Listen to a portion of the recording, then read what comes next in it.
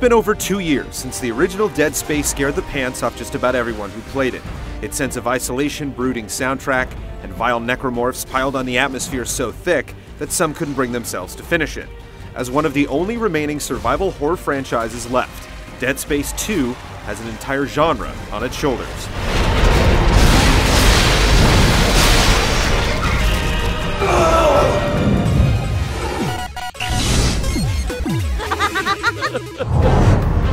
It made you see things, didn't it? Things you didn't want to see. It spoke to me. Once again, you play as mining engineer Isaac Clarke. After exterminating the necromorph infestation on the USG Ishimura and dealing with the death of his girlfriend in the first game, he is awakened in the psych ward of Titan Station, a human colony set up on Saturn's largest moon. He thought he had destroyed the ancient artifact called the Red Marker and the evil along with it, but Titan Station is swarmed with necromorphs, and his dead girlfriend is making cameo appearances. Much like the first game, the real lore is told through optional employee logs and on-the-fly transmissions. The cutscene quotient is certainly higher, but the post-mortem interactions with his girlfriend eventually wear thin. Most characters are never developed beyond simple banter and one-liners, making it difficult to care about their fate. The story is pretty forgettable until the final act, which has more twists and turns than a pile of guts.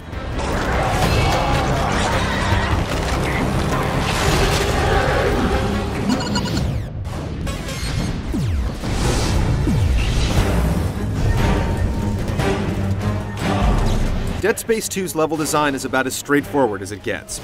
It's a corridor shooter through and through where you enter an area, the doors lock, and you're trapped until you kill everything that moves or solve a puzzle. Exploration is reserved for small nooks and crannies where you might be lucky enough to find an ammo cache or some health. It's impossible to get lost, and even if you lose your bearings, you can click the right stick to see the way forward. Save points are strategically scattered, along with stores to buy new weapons or gear, and benches that you can utilize to upgrade everything with nodes you unearth.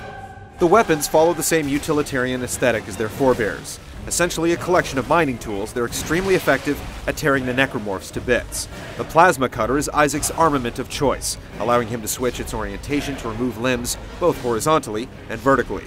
A lot of the other tools are essentially shooter staples in a mining wrapper, so you get the typical proximity mines and flamethrowers in addition to the dissection apparatuses. Toss in alternate fire options for each, and it's a well-rounded arsenal, all slanted towards creating as much carnage as possible. Enemy variety was an issue in the first game, and while there are a few new ones here, you'll still tire of separating the same limbs from the same torsos by game's close. Absolutely frightening boss fights are more frequent, but many are reused. This is a shame considering the campaign lasts around a dozen hours. Multiplayer modes are seemingly shoehorned into just about every game, but the Dead Space franchise is fertile ground. The 4-on-4 matches place Engineer against Necromorph. The Engineers try to complete objectives, while the other side tries to rip them limb from limb. Most of the goals involve standing at a console waiting for a meter to fill, or trying to destroy or defend. At the end of each round, the roles are reversed, which is a good thing because you end up spending more time waiting to respawn than actually playing as the Necromorphs. At least when you do, you're able to choose from 4 different creatures that will level up with use. Each monster has its own unique strengths and weaknesses, but against the stasis-wielding Engineers, they all feel way too underpowered. It's fun for a while, but the lack of balance and too much downtime cripples its long-term prospects. You'll also need an online pass to play it, so keep that in mind if you plan on buying it used. Dead Space 2's campaign is straightforward and plenty long. Since the nodes to upgrade weapons and Isaac's rig are so scarce, you'll need to play it multiple times to really experience the full arsenal. The multiplayer option isn't particularly compelling over the long haul, but it's a nice bonus. Still, a cooperative campaign would better serve the franchise.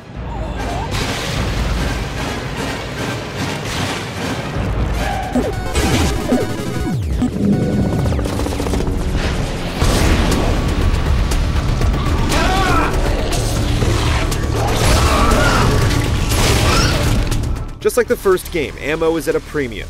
Even if you're conscious of it, you'll still find yourself in plenty of situations where you have a couple shots left from a few different guns, and you need to figure out how to make it work. While the traditional puzzles are mostly relegated to hacking doors, the combat itself often becomes one. It's a delicate balance to walk the line between trial and error tedium and player satisfaction, but Dead Space 2 manages to stay on the positive side of the equation. Where in the first game, you could basically use the plasma cutter the entire time, the ammo limitations force you to use a bigger arsenal this time around. It imparts a lot of strategy into the mix, and if all else fails, using kinesis to save bullets is a solid strategy. If anything, the first game's big hook, strategic dismemberment, has taken a bit of a backseat to typical gunplay.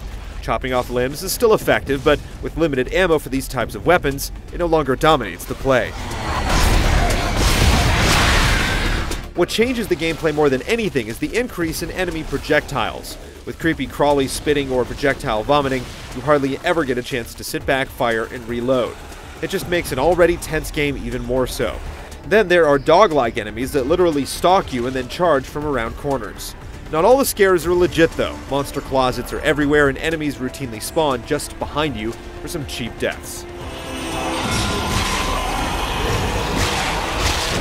The variety is definitely improved. Gone are the long slogs through one blood-streaked gray corridor after another. The zero-gravity sections have been made a lot more manageable thanks to thrusters added to Isaac's exosuit, and you get a lot more set-piece moments.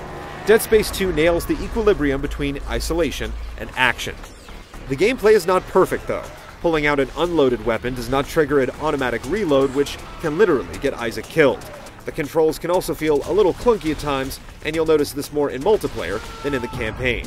There are also some annoying inventory quirks, like being unable to use a health pack on the ground because all your slots are full. Playing Dead Space 2 can be summed up in one word: intense. The lack of a pause screen means you never get a breather once engaged, enemies morph into new, unpredictable forms, and you're literally on edge every single moment for fear of a necromorph making a surprise appearance. There are a few survival horror hangovers, but almost all of the trade-offs are ultimately worth it.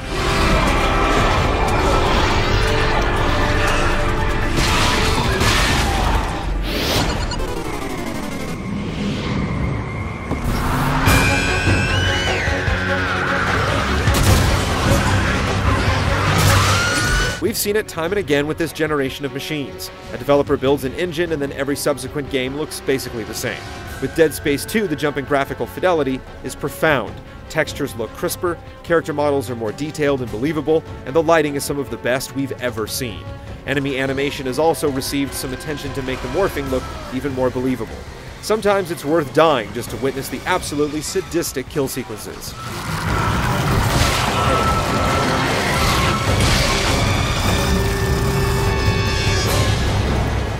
While the graphics shine, the audio design is even better. The droning soundtrack can wear over time, but the sound effects and audio mix will strike fear in your heart time and again. As an experiment, we turned down the sound, and the game was almost comical at points without it.